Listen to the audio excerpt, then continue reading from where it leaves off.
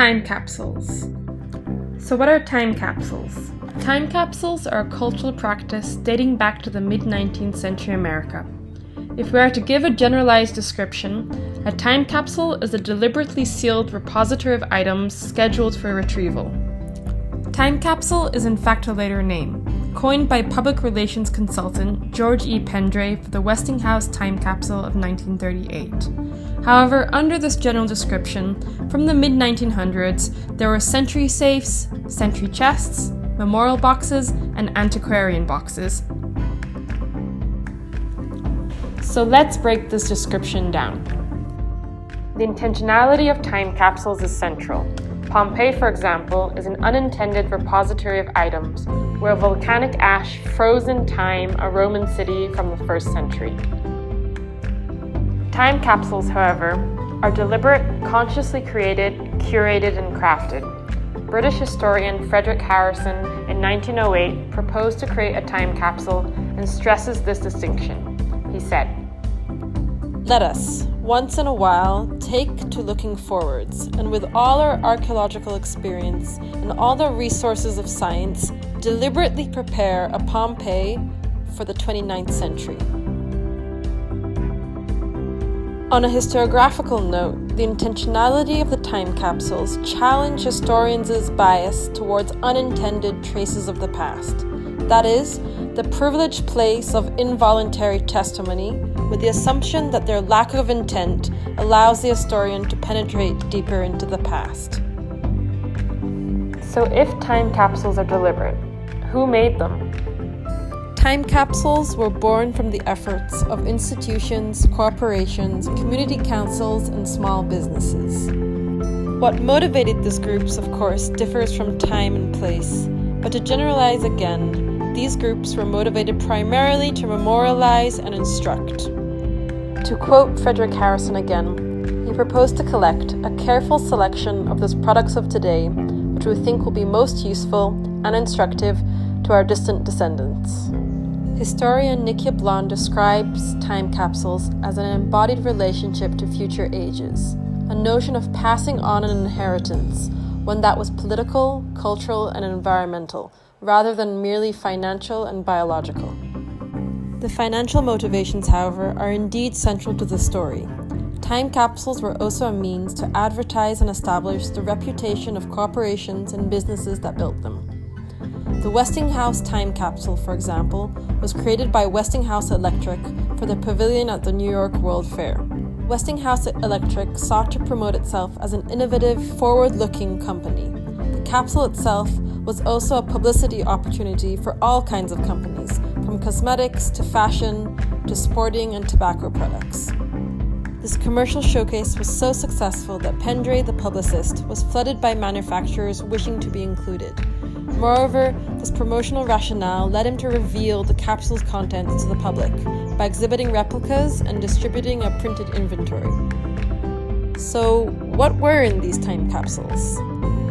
So we can see everyday items, hair ties, plastic wrap, whistles, autographs, religious items, photographs, and films. Technology was central to time capsules, both as the medium and the object.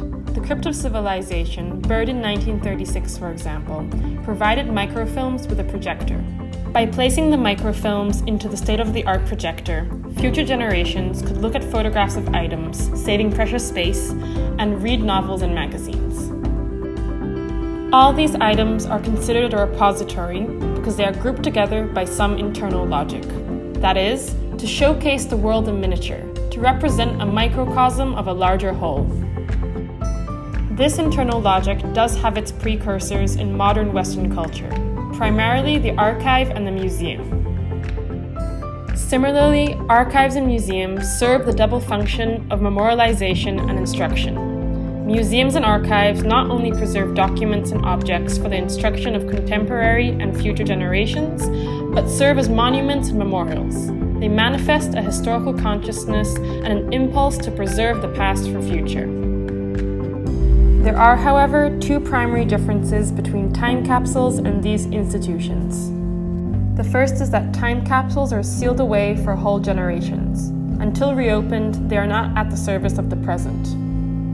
The second is that time capsules, as mentioned, contain everyday objects. Objects that archives and museums traditionally would not deem as important or worthy of preservation.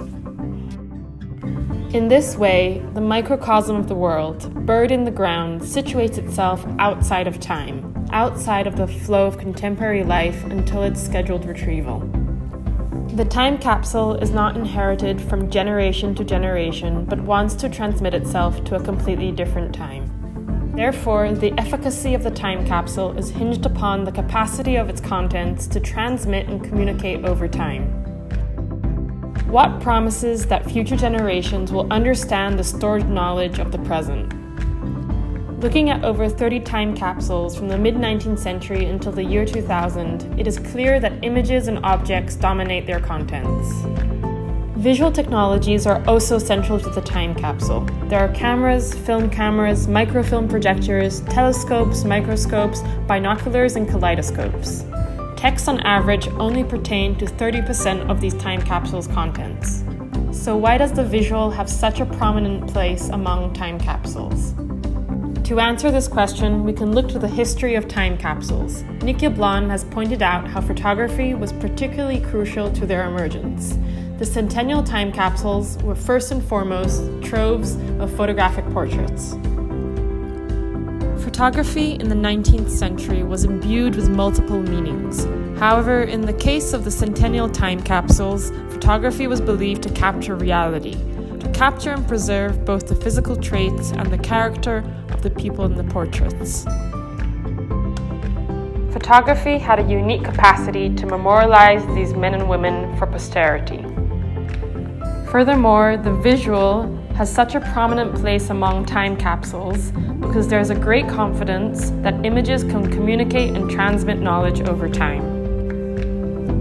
If we return to the crypt of civilization, there are two microfilm readers and a language integrator. The language integrator is a hand-cranked 3,000-term Rosetta Stone. When the crank is turned, a metal page flips up displaying the picture of an object with its name printed as a caption. At the same time, a voice on a phonograph record speaks the name so that future linguists hear the pronunciation and read the name of the object simultaneously.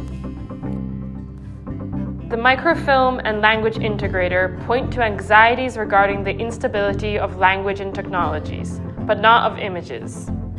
Languages and technology could change drastically over time, hence the need for concerted transmission and translation.